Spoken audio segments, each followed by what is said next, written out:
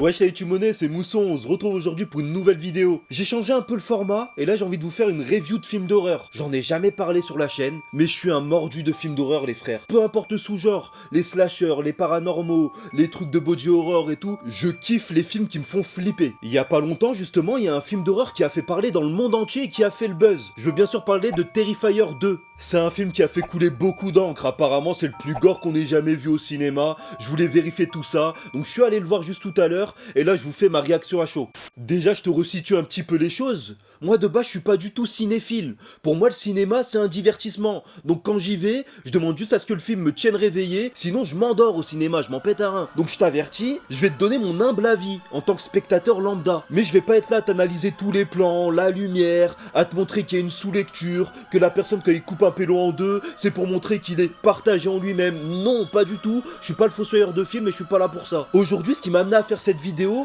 c'est justement que le film Terrifier 2 a fait parler dans le monde entier. Apparemment, les personnes qui sont allées le voir, ils sont ressortis choqués. Notamment en Amérique, apparemment, il y a des personnes qui ont fait des malaises, qui ont vomi, qui ont quitté la séance avant la fin, etc. Étant donné que j'ai vu plein de films gore, je me suis dit, est-ce que j'ai les couilles de tenir jusqu'à la fin? Et c'est de ça qu'on va parler aujourd'hui. Je te parle depuis tout à l'heure de Terrifier 2, mais il faut savoir qu'il y a eu un 1, et on va en parler brièvement aujourd'hui. Dans le premier film, que j'ai découvert d'ailleurs 4 heures avant la séance, faut savoir qu'il n'y a pas du tout de scénario les frères. En fait c'est juste un pélo qui est déguisé en clown et qui tue des gens dans sa ville, Miles County. Ouais, le scénario il tient sur un post-it, mais bon, tout est prétexte à faire du gore, à tuer des gens de manière loufoque, etc. Et bien sûr dans ce film, la chose qui m'a le plus choqué, c'est l'antagoniste principal. Et je veux bien sûr parler de Art le clown. Et sur lui, il y a des choses à dire. Il a été créé de base pour apparaître dans des courts-métrages horreur. À l'époque, c'était dans les années 2010. Donc il a fait quelques petites apparitions, mais il a jamais eu son propre film. Quelques années plus tard, donc en 2016, il y a eu le premier volet de Terrifier, où ça mettait en scène Art le clown sur un long métrage. Pour te décrire brièvement, c'est un clown, tueur, donc là tu me dis rien de spécial. Le pélo c'est un gothique, donc son déguisement il est tout en noir et blanc, et en plus sa particularité c'est qu'il est muet et qu'il a un sourire putain de creepy. Il a aussi un petit chapeau mis sur le côté qui le caractérise. Maintenant psychologiquement parlant, comment te le décrire en un mot? C'est un barjot, c'est un fou. Le pélo en gros il prend chaque meurtre comme un spectacle, comme si c'était une représentation durant un cirque. Chaque personne ça va être un prétexte pour la tuer de manière sauvage ok, mais aussi de manière loufoque. Il va utiliser tout ce qu'il a en main, sachant que dans sa tête, pour lui c'est un délire, quand il tue quelqu'un c'est rigolo. Donc à chaque fois il a des regards auprès de la caméra où il est en train de se taper des barres alors qu'il est en train d'égorger une personne. Les réactions dans ses actes elles sont complètement en décalage avec la réalité. Donc ça veut dire pendant le film toi t'es partagé. Tu regardes, tu le vois découper des gens en 1000 morceaux, ça craint et tout, ça fait flipper. Et après tu vois ses réactions, il se tape des barres, il te fait des petits signes, il se fout même de la gueule de la personne en train d'agoniser par terre, il la regarde en mode tu chiales comme une gamine. Bon, il mime, hein, il parle pas encore une fois, mais c'est là où tu comprends pas son délire. Le truc aussi qui m'a le plus choqué dans ses films, c'est qu'il a un putain de toupet. C'est pas le genre d'antagoniste de film d'horreur qui va se cacher pour faire ses méfaits. Le pélo il s'en pète à rein d'être vu par des millions de personnes. Il va se promener dans les magasins, il va trouver ses victimes, il va aller taper chez une personne en pleine Halloween,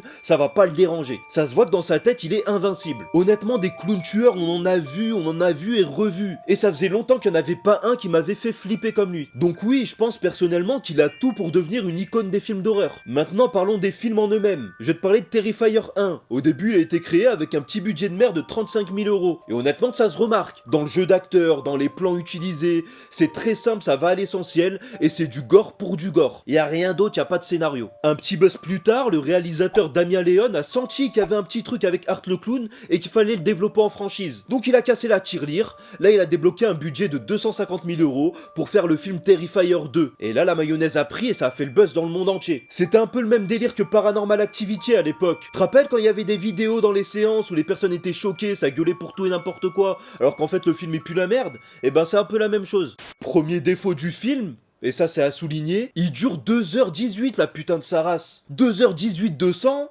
ça pue la merde, c'est trop long. Moi, il y a un moment, au bout d'1h30, j'en avais marre. Donc oui, j'aurais pu quitter la séance. Mais c'est pas du tout parce que j'ai eu peur. En résumé, ça parle de quoi? Ça parle de Art le clown qui revient traumatiser la ville de Miles County durant Halloween. Et là, tu me dis, c'est exactement le scénario du film Halloween avec Michael Myers. Et je suis totalement d'accord avec toi. Surtout que Art le clown a quand même des petites similitudes. Par exemple, il est putain d'invincible. Le pélo, il se prend des machettes dans la gueule, des coups de fusil à pompe. À un moment, il a une épée qui lui traverse le corps. Il revient, il est en vie. Sur ce deuxième volet, on va suivre les aventures d'une famille. Ils ont essayé de faire un semblant de scénario. Donc on a la mère qui casse les couilles, et on a Sienna et Jonathan, ses deux frères et sœurs. Jonathan, c'est un pélo qui devient passionné par les meurtres en série, et surtout par le massacre qui a eu lieu par Art le Clown dans Terrifier 1. Il commence à s'intéresser à tout ça, à lire des articles. Il est vu comme un mec chelou par sa sœur, et par sa mère comme un pélo qui est en crise d'adolescence. Je vais pas te détailler toutes les scènes gore du film parce qu'il y en a à foison, mais par contre je vais te détailler celles qui m'ont plu et qui m'ont marqué. La première, c'est celle où Sienna fait un rêve. Elle s'endort tout simplement devant la télé, et là elle rêve qu'elle est dans une pub de céréales, et Art le Clown, c'est l'icône de la pub et de la marque de céréales justement. Donc il y a une vraie ambiance creepy, bizarre, ambiance années 90 dans les films d'horreur comme Freddy Krueger, donc ça j'ai beaucoup aimé, et en plus l'intervention d'Art le Clown, elle est putain de sanglante. Il arrive d'un coup, il monte en l'air, tout le monde dans un putain de bain de sang, c'est incroyable. Là bah Sienna, à un moment, elle est prise à partie par le clown, qui veut la brûler avec un chalumeau. Faut savoir que le père de Sienna est mort, et tu lui as laissé une dague et un livre apparemment où il y a des dessins dedans. Dans son rêve, Sienna avait sa dague et a réussi à se protéger du chalumeau justement et donc s'est réveillée en sursaut en vie. Sauf que derrière, il y a sa chambre qui a pris feu. Et là, je me suis pas empêché de penser que c'était quand même une putain de référence à Freddy Krueger. Pour ceux qui connaissent pas, Freddy Krueger, c'est le croque-mitaine qui intervient dans tes rêves pour te broyer ta race. Et bah là, c'était un peu la même chose parce que les événements qui se sont déroulés dans son rêve avaient des répercussions dans la réalité. Ouais, le chalumeau qu'il a utilisé, et bah ça a brûlé sa chambre. C'est à ce moment-là où je me suis dit, dans ce deuxième volet, il part dans un délire un peu paranormal. Alors que dans le premier film, honnêtement, j'avais juste l'impression que c'était un taré psychopathe qui sortait de l'asile et qui voulait tuer tout ce qui bouge.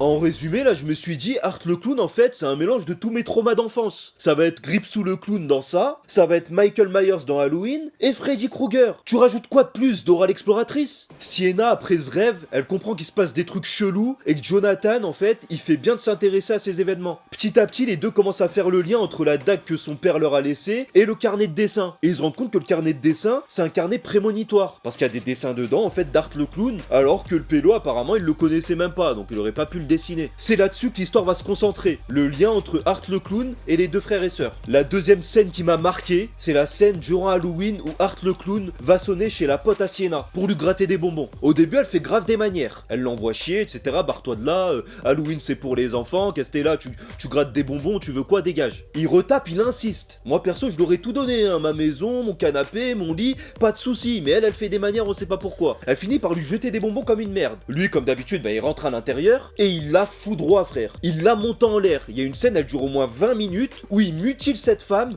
sans la laisser. Il commence par lui mettre des gros coups de massue ou de hache sur le corps, il lui casse les genoux, il lui coupe un bras, il lui enlève les yeux et tout. Et à un moment, tu vois, la femme, elle est en sang sur son lit, elle arrive presque plus à bouger en train d'agoniser, et Art le Clown disparaît. Et là, tu te dis, c'est bon, c'est la fin de son agonie, en plus, elle a encore vite fait en vie, peut-être qu'elle a moyen de se sauver. Je vois Art le Clown, il revient.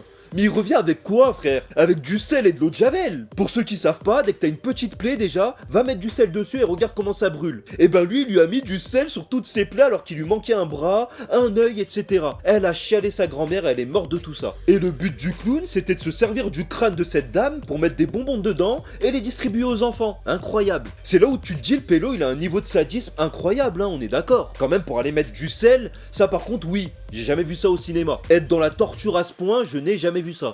Après des dizaines de scènes plus gore les unes que les autres, des prépuces retirés, des corps coupés en deux, des personnes égorgées, bah là on se retrouve à l'acte final. Dans le livre de dessin, on se rend compte que Sienna était vouée à combattre le clown, et c'était la seule Zama à pouvoir le tuer. Oui, parce que le dernier dessin de son père, c'était Sienna déguisée en Amazone qui allait combattre ce clown-là. Je sais pas pourquoi déguisée en Amazone, mais en tout cas, oui, c'était prémonitoire, parce que le jour d'Halloween, elle était déguisée en Amazone, avec des petites ailes d'ange, et elle allait se battre contre un démon. C'était un peu ange contre démon, je sais pas quoi, là, je sais pas ce qu'il voulait faire avec ça. Bref, combat final. Elle arrive, c'est l'héroïne, tu te dis, elle va gagner d'un coup. Elle s'est fait détruire aussi, frère, pas de détails. Et à un moment, Art le clown, il est en train de haggar Sienna et son frère Jonathan, et il pousse Sienna dans un trou. Dans le trou, il y a un autre trou. On va dire que c'était une piscine. Il descend, et il la pousse dedans aussi. Elle tombe dans un truc rempli d'eau, et apparemment, elle est en train de se noyer. Je sais pas du tout c'était quoi l'objectif du clown, parce qu'honnêtement, moi, j'ai rien compris à ce niveau-là, donc je t'invite à me dire ce que t'en penses dans les commentaires, mais personnellement, je vais t'expliquer ce que j'ai compris. Sienna, elle était en train de se noyer. Tranquille et tout, y a pas de souci, elle respire plus, y a même un moment où elle perd complètement connaissance. Et là, vous allez pas me croire, honnêtement, y a la dague de son père qui s'est mis à briller,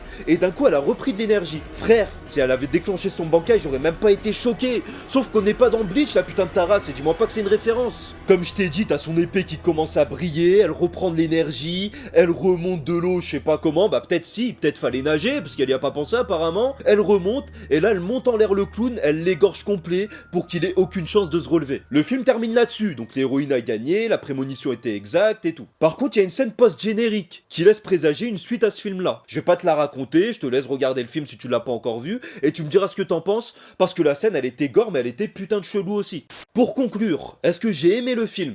Est-ce qu'il m'a tenu éveillé? Est-ce qu'il m'a diverti? Ouais, je confirme, honnêtement, moi j'ai bien aimé. Quand il y a du sang, il y a des corps qui sautent et tout, j'aime beaucoup. Oui, je suis un psychopathe. Maintenant, est-ce que tu vas voir ce film pour avoir un putain de scénario? Pas du tout, c'est de la merde. T'y vas juste parce que t'es un sadique et que tu veux voir des corps se faire découper. Maintenant, est-ce que c'est le film le plus gore des 15 dernières années que j'ai vu dans une salle de cinéma? Là oui, je confirme. J'ai vu beaucoup plus gore que ça, mais c'était des films qui étaient interdits en France, que j'allais chercher sur des coins sombres en streaming, etc. Là, c'est quand même un film qui est distribué à l'international. Donc oui, pour cette prouesse-là, ok, on est d'accord. C'est un film traumatisant et gore de fou. Je t'invite à me dire dans les commentaires si toi tu l'as vu ce film, ce que t'en as pensé et s'il t'a traumatisé. C'était Mousson, on arrive à la fin de cette vidéo, j'espère que cette review t'a plu. Si c'est le cas, comme d'habitude, tu likes, tu commentes, tu partages à tes potes et surtout tu me rejoins sur tous les réseaux sociaux. Mousson TV, Mousson TV, Mousson TV. Allez, ciao!